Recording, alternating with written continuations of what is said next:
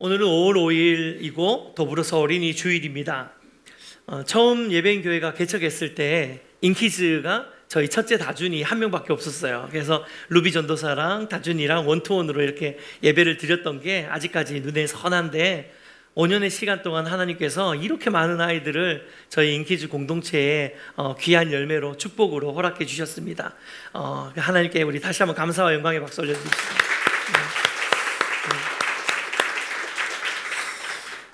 며칠 전에 저희 다준이가 같은 날 태어나서 조리원에서부터 지금 10살 인생의 평생 친구인, 태어난 날부터 똑같은 친구가 한 명 있어요. 조리원 동기라고 하는데, 조리원 친구가 한 명 있는데, 이 친구를 교회에 너무 데리고 오고 싶은 거예요. 근데 그 친구는 또 교회에 별로 관심이 그렇게 없어요.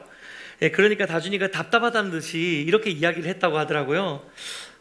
예수님 믿으면 참 좋은데 도대체 왜 안 오는 거야? 막 이러면서 고민을 지 나름대로 막 했다는 이야기를 전해 들으면서, 예수님 믿으면 뭐가 좋냐고 물어보고 싶었지만 분명히 제가 원하는 답이 안 나올 것 같아가지고 약간 이상한 엉뚱한 답이 나올 것 같아가지고 안 물어봤습니다. 신앙으로 아이를 키운다는 것이 너무너무 중요하다는 이야기를 정말 많이 하죠. 100%가 아니고 200% 공감하는 이야기입니다. 성경에도 오직 의인은 믿음으로 말미암아 살리라 라고 이야기를 하고 있는데, 마찬가지로 우리의 자녀들도 믿음으로 말미암아 사는 세대로 키워내는 것이 하나님이 우리의 세대에, 우리 부모 세대에 허락해 주신 사명인 줄 믿습니다. 그렇지만 실제로 아이들을 키워보시면 믿음으로 아이를 키우고 양육한다는 것이 이게 얼마나 쉬운 일이 아니라는 것을 아마 뼈저리게 느끼실 거라고 생각합니다. 우리 아직 청년들 같은 경우는 이게 몸으로 안 다가올지 모르겠지만 정말 한번 키워보세요. 정말 그렇습니다. 목사인 저희 가정도 사실 아이를 키우면서 때때로 신앙의 관점으로 이렇게 바라보기보다는 세상의 관점으로 휘둘릴 때도 많고, 또 믿음의 눈으로 아이들을 봐주기보다는 세상의 그 기준에 맞춰서, 또 내 기대와 판단에 맞춰서 아이들을 바라보고, 또 아이들을 그렇게 키워내려고 막 이렇게 안달복달 할 때가 너무 많은 것이 사실이에요. 근데 더 암울한 사실은 뭐냐면, 지금 우리가 살아가고 있는 이 세상의 문화와 가치관들이 갈수록 점점 더 하나님을 대적하고 또 우리의 믿음을 흔드는 악한 시대라는 것입니다. 그러니까 이런 세상 속에서 우리의 자녀들을 믿음으로 키워낸다는 것은 폭풍우가 엄청나게 몰아치는 그 세상 속에서 그냥 아이가 떨렁 이렇게 내보내는, 우산 하나 들고 이렇게 쥐어들고, 이 신앙이라는 우산 하나 쥐어들고 뜩 내보내는 것과 너무나도 비슷한 일인 거죠. 그 폭풍우가 내리치는 그 세상 밖으로 나아갔을 때 우리가 갖고 있는 이 믿음과 이 신앙이 얼마나 초라하게 느껴지는지 모릅니다. 사실은 초라한 게 아니지만 우리가 세상적인 눈으로, 인간적인 눈으로 봤을 때는 내가 갖고 있는 이 믿음이, 내가 가지고 있는 하나님을 향한 이 신앙이 과연 이 세상에서 나를 얼마나 보호해 줄까라는 의구심과 두려움이 우리 모두에게 있기 마련입니다. 왜냐하면 억수같이 내려 퍼붓는 그 비 가운데 조그마한 우산 하나 들고 간다고 해가지고 팔이 안 젖습니까? 다리가 안 젖습니까? 양말이 안 젖습니까? 젖거든요. 이 세상을 살다 보면 어쩔 수 없이 이 세상의 문화와 가치관과 세상의 흐름에 내 몸을 안 젖힐 수가 없다는 거예요. 젖을 수밖에 없는 그런 상황이기 때문에 우리가 세상을 살아가면서 그리스도인으로 살아가는 게 그만큼 너무너무 어려운 일이 아닐 수 없습니다. 더불어서 우리도 이렇게 힘든데 우리의 자녀들을 하나님을 믿는 그리스도인으로서 하나님 말씀을 따르고 성경의 가치관을 따르는 자녀로 키워낸다? 정말 어려운 일이죠. 나도 잘 안 되는데 자녀를 어떻게 그렇게 키워내는 거예요? 정말 어려운 일입니다. 하지만 여러분, 그럼에도 불구하고 우리는 우리의 자녀들을 하나님의 말씀으로, 하나님의 가치관으로, 믿음으로 키워내야 되는 줄 믿습니다. 어차피 세상에 나가면은 몸도 젖고 팔도 젖고 다리도 젖고 양말도 다 젖을 거니까 그냥 나가, 이런 부모님이 있습니까? 아무도 그렇지 않습니다. 그런 의미에서 이 땅을 살아가는 그리스도인들, 그리고 우리의 자녀들에게 반드시 필요한 것이 있는데, 그것이 바로 저는 오늘 본문에 나오는 갈대 상자의 믿음이라고 생각합니다. 출애굽기 2장 2절에서 3절 말씀 같이 한번 읽어볼까요? 함께 읽겠습니다. 시작. 그 여자가 임신하여 아들을 낳으니 그가 잘생긴 것을 보고 석 달 동안 그를 숨겼으나 더 숨길 수 없게 되매 그를 위하여 갈대 상자를 가져다가 역청과 나무 진을 칠하고 아기를 거기 담아 나일 강가 갈대 사이에 두고. 이미 2주간 우리가 모세에 대한 이야기들을 많이 나누었기 때문에 이 내용이 대충 무슨 내용인지는 아실 것입니다. 애굽의 바로 왕이 엄청나게 늘어난 그 이스라엘의 숫자로 인해서 압박감을 받게 되죠. 그러면서 어떻게 하면 이 이스라엘의 길을 누를 수 있을까? 이 세력을 통제할 수 있을까? 고민을 하다가 내린 정책이 이스라엘을 강제 노역에 동원하는 것이었죠. 그래서 막 라암셋을 짓고 막 이런 것들을 우리가 말씀을 통해 살펴보았습니다. 근데 그렇게 해도 박해를 하면 할수록 이스라엘이 더 흥왕하고 왕성해지고 더 세력이 커지니까 결국은 급기야 이스라엘의 여자아이가 태어나면 살려두고 남자아이, 아들이 태어나면 나일강에 던져서 죽여라 라는 말도 안 되는 끔찍한 명령을 내리게 되는 것이죠. 하지만 이러한 시기에 모세의 어머니 요게벳은 아들을 낳은 후에 3개월이나 몰래 숨겨서 키우는 것이 바로 오늘 본문의 배경입니다. 여러분, 모세의 어머니 요게벳이 아들을 낳은 후에 3개월이나 몰래 키워서 숨겨서 키웠다는 것은 이게 단순한 모성애나 혹은 우리가 이전에 살펴보았듯이 이 성경에 보면 모세가 잘생겼기 때문에 이를 숨겼다라고 표현하고 있는데 제가 그랬잖아요. 이게 잘생긴 사람만 살아남는 더러운 세상이라고. 근데 뭐 농담 반 진담 반으로 이야기를 드렸지만 사실 물론 준수했기 때문에 이 아이를 숨겨서 키운 것도 있지만 단지 그 이유만은 아닙니다. 히브리서에 정확한 이유가 기록되어 있는데요. 히브리서 11장 23절 말씀 같이 한번 읽어보겠습니다. 함께 읽겠습니다. 시작.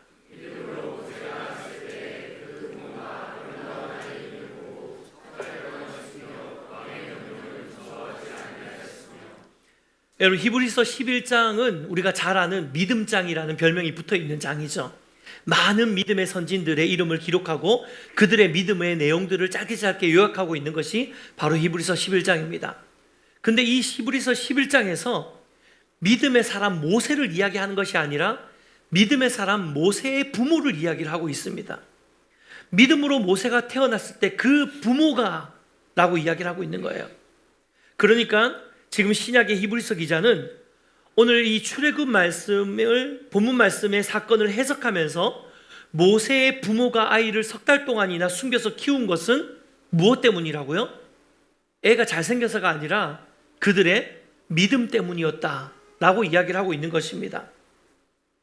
여러분, 모세의 부모들은 과연 어떤 믿음을 갖고 있었기 때문에 이 애굽의 바로의 명령을 어기면서까지 3개월 동안이나 아이를 숨겨서 키우는 용기를 얻을 수 있었을까요?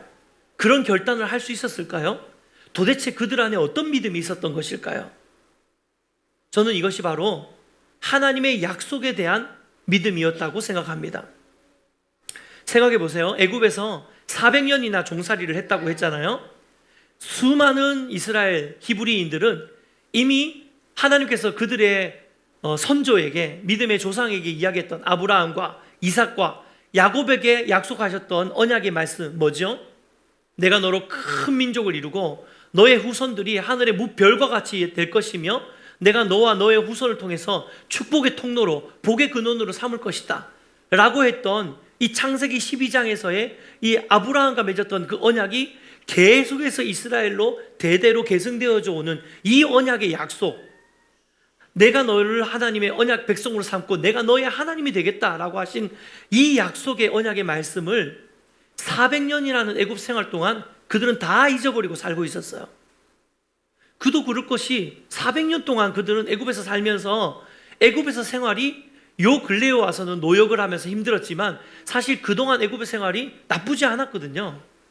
애굽에서 많은 것을 누리고 애굽의 문화와 애굽의 가치관과 애굽의 언어와 애굽의 관습과 애굽의 부유한 많은 금은 보화와 그 화려했던 문화들을 다 누렸기 때문에 이스라엘 백성들 안에 이미 이스라엘의 약속의 백성의 정체성보다는 애굽의 정체성을 가지고 있었다고 지난주에 말씀을 드렸잖아요. 그러니까 불편하지 않았어요. 이미 하나님의 언약 따위는 관심이 없는 세대가 되어버린 것입니다. 가나안 약속의 땅, 뭐야, 애굽의 약속의 땅이지. 얼마나 이 풍요로운 땅입니까? 뭐 역사를 조금 아시는 분들은 나일강이 항상 이게 범람했기 때문에 나일강 인근으로 해서 굉장히 비옥한 옥토가 되어 있었고 굉장히 풍부한 양식이 있었다는 것을 아마 아실 것입니다. 이러한 환경 속에서 살았기 때문에 이미 히브리인들, 유대인들, 이스라엘 백성들은 하나님의 언약 백성, 하나님의 약속 따위는 별로 의미 없는 세대가 되어버린 것이죠. 다른 말로 믿음의 세대를 다 잃어버렸다는 것입니다. 하지만 모세의 부모는 어떻습니까? 여전히 그 언약의 말씀을 믿고 붙들면서 오늘 히브리서 기자가 정확하게 믿음으로 선택한 결단이었다라고 이야기를 하는 것처럼 모세의 부모는 하나님의 말씀에 대한 분명한 믿음을 믿고 있고 붙들면서 애굽의 바로의 명령을 두려워하는 것이 아니라 하나님의 약속의 말씀을 경외함으로 태어난 아이를 내 자녀가 아닌 하나님의 언약 백성의 후손으로 본 것이죠. 그러니까 내가 너와 너의 후손을 통해서 하늘의 무별과 같이 할 것이며 그리고 이들을 통해 복의 통로로 온 열방 가운데 복의 통로로 삼을 것이라는 이 약속의 말씀이 성취되려면 어떻게 해야 됩니까? 아이를 죽여야 됩니까? 살려야 됩니까? 살려야 되는 거예요. 그 믿음으로 모세를 살린 것입니다. 세상을 두려워하지 않고 하나님의 약속의 말씀을 붙드는 삶, 이것은 오늘 이곳에 모인 우리 부모님 세대뿐만 아니라 우리 모두에게 도전하시는 하나님의 음성인 줄 믿습니다.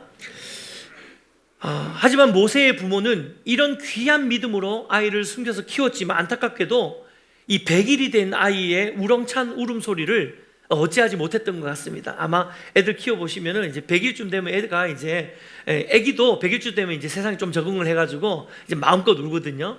처음에는 이제 백골도 작고 이러니까 응애 이렇게 울지만 이제 100일쯤 되면 아주 막 우렁찹니다. 막 시끄러울 정도로 울어요.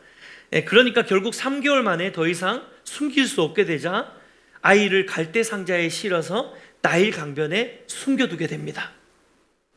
사랑하는 여러분, 얼핏 보면 지금 이 갈대 상자는 이제 모세의 어머니 요게벳이 아이의 울음소리도 커지고 더 키우다가는 애굽의 바로에게 죽임을 당할 수 있다는 이 두려움 때문에 결국 아이를 포기한 것 같은 포기처럼 느껴질지 모르겠습니다. 표면상에 드러나는 것은 뭐예요? 지금 아이를 유기하는 거죠. 버리는 거예요. 그래서 어떤 의미에서 우리는 이걸 포기로 인식하기가 쉽습니다. 하지만 말씀을 자세히 묵상하면 지금 요게벳이 하고 있는 이 행동은 이전에 3개월 동안 아이를 숨겼던 그 믿음보다 훨씬 더 큰 믿음의 행동이었다는 것을 보게 될 것입니다. 오늘 본문에서 갈대 상자로 번역된 단어는요, 히브리 단어 테바라는 단어입니다.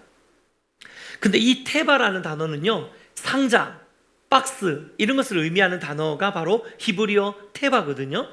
그래서 이 상자, 박스 이런 게 성경에서 되게 다양하게 여러 단어로 번역이 될 만한 단어입니다. 근데 너무너무 신기한 것은요, 이 상자, 박스라는 굉장히 일상적인 이 단어가 성경에 딱 2군데밖에 쓰여지지 않습니다. 첫 번째가 바로 오늘 본문에 나오는 갈대 상자고요. 두 번째가 어딘 줄 아십니까? 노아의 방주. 방주가 히브리어로 테바입니다. 창세기 6장 14절 한번 읽어볼까요? 함께 읽겠습니다. 시작. 너는 고페르 나무로 너를 위하여 방주를 만들되 그 안에 칸들을 막고 역청을 그 안팎에 칠하라. 여러분, 약간 뭔가 좀 영적인 의미가 제가 말씀드리지 않아도 막 깨달아지지 않습니까? 갈대 상자와 방주가 테바라는 거예요. 무슨 뜻입니까? 그러니까 지금 모세 어머니 요게벳이 아기를 갈대 상자에 태운 의미는 포기가 아니라 하나님의 주권과 은혜를 갈망하는 갈망이며 하나님께 이 아이를 온전히 맡겨드리는 위탁이라는 것입니다. 믿음의 결단이라는 거예요. 노아가 혼돈했던 당대에 정말 패역게 했던 시대를 하나님이 물로 심판하셨을 때 하나님의 약속의 말씀을 믿고 120년 동안이나 방주를 만든 다음에 그 40일 동안이나 주야로 내리는 그 폭풍 홍수 가운데서 이 방주를 안에서 하나님의 주권에 의지하면서 자신의 삶을 온전히 하나님께 맡기며 이 테바 안에 들어가 있었던 것처럼 지금 요게벳이 자신의 아이 모세를 그 갈대 상자에 실어서 나일 강변에 숨겨둔 이 행동은 하나님을 의지하는 행동이었다는 거예요. 포기가 아니라 믿음의 결단이었다는 거예요. 하나님, 이제 더 이상 내 힘으로 이 아이를 키울 수 없지만 이 아이를 하나님이 맡겨주십시오. 하나님께 위탁합니다. 하나님이 하셔야 됩니다. 하나님의 주권에 달려 있습니다. 더 깊은 믿음의 헌신이었다는 것입니다. 이게 바로 갈대상자의 믿음이에요. 재작년에 저희 교회에서 우리 CCM 사역팀 같이 걸어가기라는 팀을 초대해서 그 팀이 한국교회에 아주 큰 사랑을 받고 있는 요게벳의 노래를 직접 이제 작곡하고 부른 팀이거든요. 그래서 저희가 요게벳의 노래 오리지널 그 사운드 트랙을 직접 여기서 저희가 들었죠. 근데 이 찬양은 사실 성경에 기록되지 않았지만 모세를 갈대상자에 실어서 나일강에 띄워보내는 그 어머니 요게벳의 마음을 나름대로 깊이 있게 묵상하고 그것을 가사로 해석해서 쓴 어떤 의미에서는 성경의 좀 여백과 같은 그런 찬양입니다. 근데 이 가사를 제가 보면 볼수록 제가 평안 형제랑 친하거든요. 야, 연평안 형제 진짜 영성이 어마어마하네. 이런 느낌이 들어요.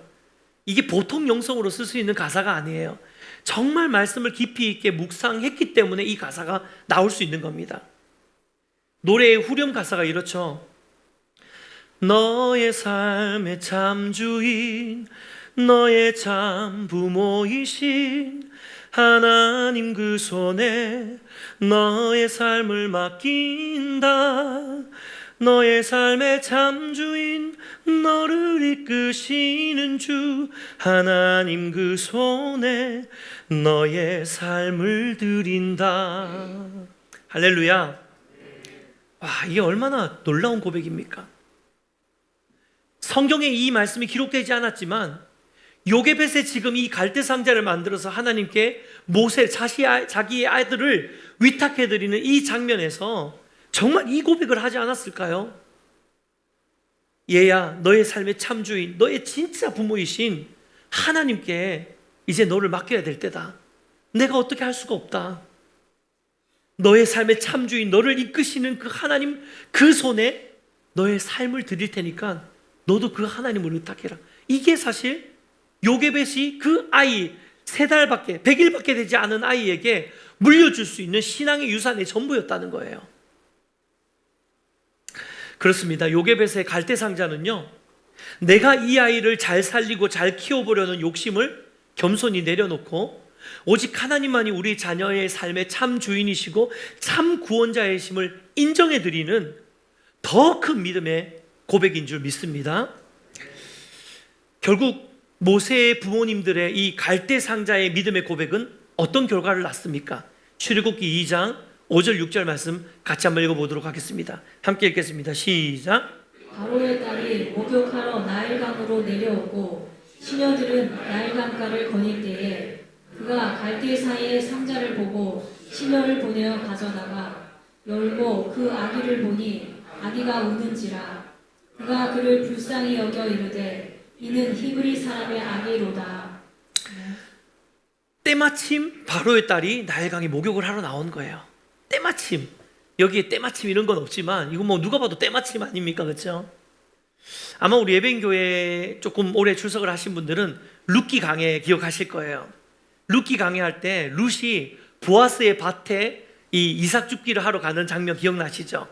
그 많은 밭이 있었는데, 그 베들레헴에 그 많은 밭이 있었는데 하필이면 그 친척이었던, 기업을 물러야 되는 대상이었던 그 보아스의 밭에 하필이면 그 밭에 가서 룻이 이삭을 줍기 시작한 거죠.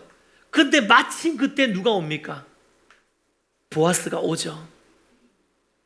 그러면서 제가 뭐래요? 이게 바로 카이로스라고 이야기 드렸잖아요. 우리 몇 주 전에 이야기했던 카이로스 기억나시죠? 하나님의 듀타임, 하나님의 때예요.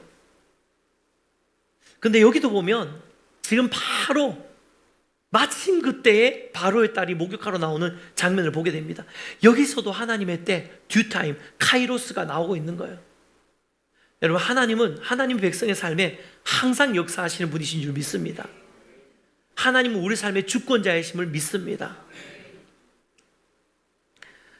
그러면서 갈대상자 안에 아이를 발견하고 양자를 삼고 결국 모세는 이집트의 왕자로 자라게 됩니다. 그리고 이후에 거기서 끝나는 것이 아니라 하나님께서 모세의 광야의 시간들을 통해 훈련시킨 다음에 다시 출애굽 이스라엘 백성을 이끌 리더십으로 되돌아오게 만들어 주시죠.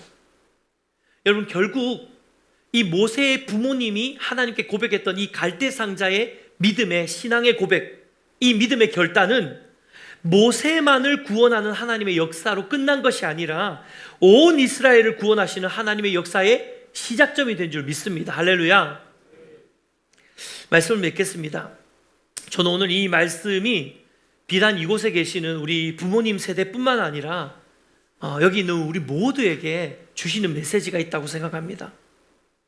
여러분, 우리가 살아가는 이 세상, 이 애굽은 날이 갈수록 더 강대해져 가고 있어요.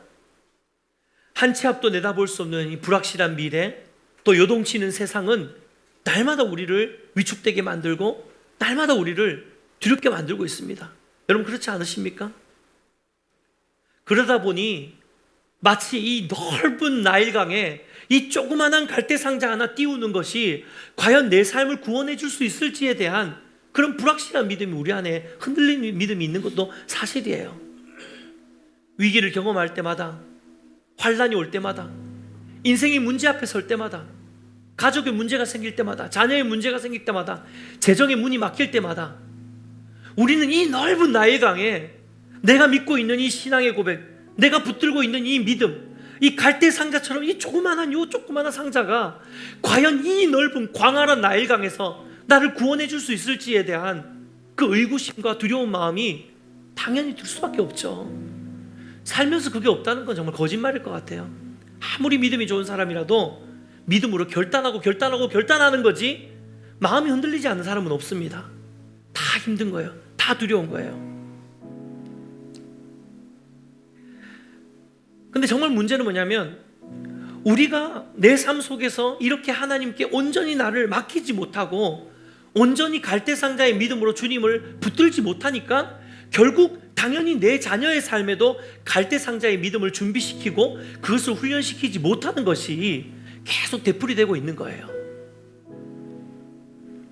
결국 우리가 더 앞선 세대가, 부모의 세대가 하나님 앞에 우리의 삶을 온전히 맡겨드리는 이 훈련을 하지 않으면 결단코 우리의 자녀들이 갈대상자의 믿음의 세대로 자라날 수 없다는 것을 우린 기억하셔야 됩니다. 저도 때때로 우리 아이들 이렇게 보면서 아이들한테 신앙교육을 좀 더 잘 시켜야 되는데 제가 바쁘다는 사역 간다는 핑계로 아내한테 다 떠밀어 놓고 이렇게 있다가도 간혹 이렇게 보면서 아이들에게 신앙교육을 시켜야 되는데 라고 하면서도 저 스스로도 나도 이 참 하나님께 온전히 내 삶을 못 맡기는 영역이 너무 많은데 이 아이들에게 정말 부끄럽지 않는 그런 아빠가 돼야 되겠다, 목사이기 이전에 우리 아이들에게 아빠가 돼야 되겠다라는 생각들을 참 순간순간 할 때가 너무 많이 있습니다. 그만큼 우리 삶을 돌아보면 우리 스스로도 너무 부족한 게 너무 많죠. 너무 연약해요. 우리 아이들에게 믿음의 세대로 살아라, 하나님께 너의 삶을 드려야 된다, 하나님만이 너의 삶 주인이다, 하나님만이 너의 인도자다, 하나님만이 너의 구원자다, 이렇게 말할 수 있는 삶을 살아내셔야 된다는 겁니다. 그게 먼저예요. 입술로는 내 자녀가 아니라 하나님의 자녀입니다라고 고백하지만 정작 이 아이들의 삶이 하나님의 손안에 있다는 사실을 자꾸만 잊어버린 채 자녀를 향한 하나님의 뜻보다 내 뜻과 내 기대を키우기가 너무 쉬운 거 아닙니까? 비단 자녀의 신앙교육뿐만 아니라 우리 삶에 다 이런 연약함이 있기 마련입니다. 사랑하는 여러분, 갈대상자와 방주의 공통점이 하나 있어요. 뭐냐면 방향을 결정하는 키가 없다는 것입니다.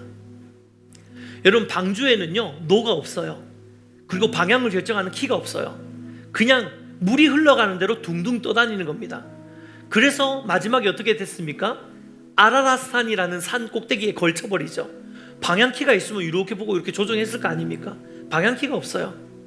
하나님이 의도한 아라랏산에 가서 머물 수밖에 없는, 하나님이 물의 흐름을 만들어서 떠다니게 만드는 대로 흘러갈 수밖에 없는 것, 그게 바로 방주였고 그게 바로 갈대상자였어요. 무슨 말입니까? 우리의 인생이 그러해야 된다는 것입니다. 내 삶의 방향키를, 내 삶의 주인을 내가 잡고 있고 내 삶의 운전대를 내가 잡고 살아가는 인생은 결국 내가 원하는 목적지에는 도달할 수 있을지 모르지만 하나님이 원하시는 뜻 가운데로 도달하지 못할 것입니다. 하나님이 기대하는 목적지 가운데는 가지 못할 것입니다. 우리가 정말로 갈대상자의 믿음으로 하나님께 내 삶을 위탁하고 맡겨드리고 하나님께 우리의 자녀 세대들을 위탁하고 맡겨드리기 원하신다면 우리의 방향키를 없애야 되는 거예요. 하나님이 우리를 이끌어 가시는 주권과 하나님의 은혜의 흐름에 우리의 삶을 맡겨야지 가능한 일이라는 것이죠. 우리도 우리의 삶을, 그리고 우리 자녀의 삶을 갈대상자처럼, 방주처럼 하나님께 위탁하는 더 큰 믿음으로 살아가게 되시기를 주님의 이름으로 축복해 드립니다.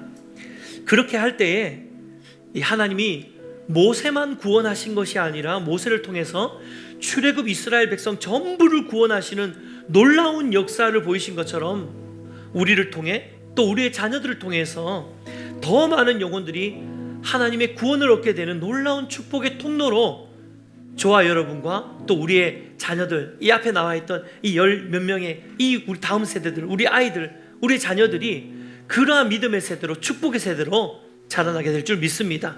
이런 놀라운 축복을 누리는 우리 모든 예배인 공동체 되시기를 주님의 이름으로 축원해 드립니다.